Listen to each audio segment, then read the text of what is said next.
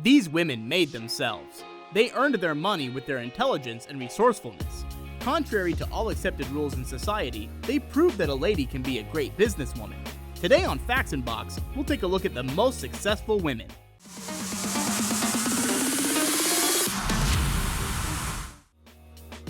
Estee Lauder was an American entrepreneur, founder, and first chairman of the board of directors of the Estee Lauder Corporation. When Estee was 6 years old, her uncle John Scott, a dermatologist, settled in their house, thanks to which Estee created 4 formulas for skin creams that have not yet been discontinued. Estee met her future husband, Joseph Lauder, in Wisconsin during a vacation. On February 3, 1938, the couple opened their first store in New York. Having rebuilt the building of a former restaurant into a small factory, Estee and her husband made creams at night and sold them in the afternoon. This period can be considered the beginning of the Estee Lauder Cosmetic and Perfumery Corporation. Estee Lauder set the color of her company as a business card, which later received her name, as she found it not only beautiful, but also universally suitable for most bathrooms and bedrooms, which she tirelessly examined.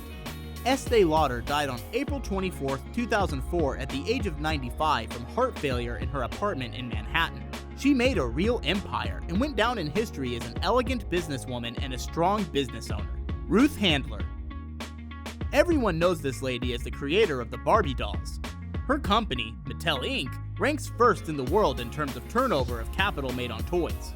Ruth grew up during the Great Depression, which is when she realized that in this life, you can only rely on yourself. She told her dad that she would go to college. Her parents were in shock. They held conservative views and believed that the girl should devote herself to family and children. Careers are for men. Ruth believed that one does not interfere with the other. She went to college and immediately married Elliot Handler, whom she had met in high school. Ruth and Elliot had a daughter, Barbara, and a son, Kenneth. The union was fruitful and creative. Ruth Handler became the mother of the most famous doll in human history, Barbie. She also became one of the richest women in the United States. In 1956, Ruth Handler went on vacation in Switzerland. There, she first saw an unusual doll, which everyone called Lily. Ruth happened to have enough money to buy Lily. She bought the copyright and sold the doll overseas. Ruth knew exactly what she wanted from her brainchild. She loaded the work of her best technicians, artists, and engineers at Mattel. The first outfits for Barbie were ordered from the famous fashion designers Givenchy and Dior. The doll was named after the daughter of the inventor, Barbara. So, Barbie was born. Ruth invited 100 mothers and 100 girls of different ages to look at the new product and express their opinions. Almost all mothers were against it.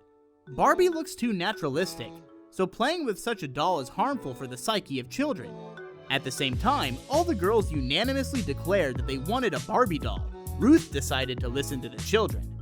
Mary Kay Ash. Mary Kay began to work for herself at 45. She often thought about how she could help women who were subjected to injustice at work. She did not like when men were paid more because they needed to provide for their family. It was then that Mary Kay thought about the ideal company, where women are respected. So she decided to create her own company. At the time, she only had $5,000. She had discovered J.W. Heath, who developed a cream formula for softening the skin of her hands, which Mary Kay bought for $500 and invested the rest into a direct selling company. Specialists predicted Mary Kay would be a failure. But in 1963, the first Beauty by Mary Kay store opened in Dallas. The office occupied an area of 150 square meters, and now the total area of production enterprises is more than 3 million square meters. The Mary Kay Incorporated company history has become one of the 20 most well-known examples of business development published by Forbes magazine. Miu Miu Prada. This Italian fashion designer was the youngest granddaughter of Mario Prada, who founded the company in 1913. In 1978, she inherited Prada Spa from her mother and began promoting the company in the high fashion industry. Miu Miu has a doctorate in political science and philosophy. In the 70s, she joined the Italian Communist Party and fought for women's rights in Milan. In 1989, she introduced her first ready-to-wear line. In 1993, she launched the brand Miu Miu. Thanks to her husband, Miu Miu, the Prada house can now argue with such a fashion giant as LVMH. Such brands as Giles Sanders, Helmut Lang, Azzedine Alaïa, and others acquired the Prada house. Miyuchi has many awards and achievements. She is the Cavalier of the Grand Cross and the Order of Merit for the Italian Republic. The woman also received an American Academy Award in Rome for her invaluable contribution to fashion and art in 2010. Oprah Winfrey. Oprah Winfrey, often known just as Oprah, is an American TV presenter, actress, producer, public figure, host of a talk show called The Oprah Winfrey Show, and philanthropist. Forbes magazine has called her the 9th most influential woman, the most influential person in show business, and the most influential celebrity. In 2013, Oprah's fortune was estimated at $2.8 billion, more than any other woman in show business. She is the first black woman billionaire in history. The successful media mogul owns her own film studio, O Magazine, which is the Oprah Winfrey magazine, and the commercially successful Oprah.com resource.